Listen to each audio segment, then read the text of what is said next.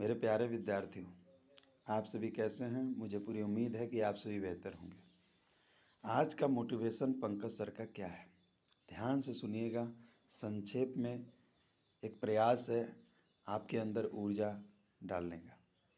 मेरे प्यारे विद्यार्थियों, जीवन में हम क्या करना चाहते हैं और क्या बनना चाहते हैं, एक मोटिव होता है हर एक की ज़िंदगी में।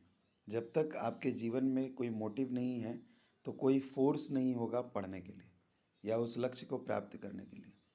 जीवन में लक्ष्य का होना बहुत ज़रूरी है, जीवन में मोटिव का होना बहुत ज़रूरी है। और एक चीज़ हमेशा याद रखिए, बिना त्याग के कोई चीज़ प्राप्त नहीं होता है। दिन रात एक कर दीजिए। स्वामी विवेकानंद ने कहा था, you are the greatest teacher of this world, no one can teach you. आप इस दुनिया के सबसे बड़े शिक्षक हैं, आपको कोई नहीं पढ़ा सकता है। ये बात 100% सही है।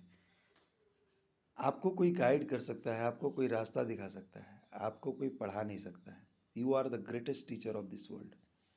अब मैटर ये करता है कि आप चीज़ों को कितना लाइटली लेते हैं या आप चीज़ों को कितनी गंभीरता से लेते हैं। आप अपने लक्ष्य के प्रति कितना ईमानदार रहते हैं और कितना लूज रहते हैं। जितना आप ईमानदार रहिएगा, आपको उतना बड़ा से बड़ा लक्ष्य मिलेगा। छोटे मोटे लक्ष्य की प्राप्ति पे हमें अति उत्साहित होने की ज़रूरत नहीं है। छोटे मोटे लक्ष्य की प्राप्ति केवल आपके आत्मविश्वास को बढ़ाने के लिए की जानी चाहिए। आपको जहाँ शिखर पे पहुँचना है, उसके लिए आप दिन रात काम कीजिए।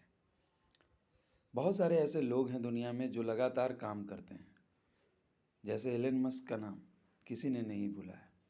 वो लगातार काम करते हैं और समय को बचाने के लिए आपको मालूम है उनकी गतिविधियों के बारे में। इसलिए आपसे कहना चाहूँगा, RRC group D, RRB NTPC जैसे प्रतिष्ठित परीक्षाओं की तैयारी में अपनी जान लगा दीजिए। ये अंतिम मौका है, फिर ऐसा मौका कभी नहीं आएगा। अब यही बात है इंग्लिश में। My dear candidates, how are you? I am expecting that you will be fine. Today's motivation by Pankaj sir is very simple, very brief. Just what you have to do to create motive in your life. For the motive, you are preparing for examination. For the motive, you are preparing for government examination. It must be clear for what purpose you are preparing for government examinations. The time it will be cleared, the automatically a force will be created that will push you towards success. So it is very necessary to do work with honesty, to do work with passion. Ultimately, you will get success. In this world, so many persons who regularly doing hard work, who sacrifices every moment, who utilize their time, and they have got immense amount of success. And today they are successful person like Bill Gates, Elon Musk, Oprah Winfrey. These are the few examples which I have shouted.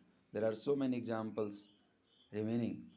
So, what you have to do, you have to just continue your preparations, you have to put all the force, and if the force is in the proper direction, automatically the result will come.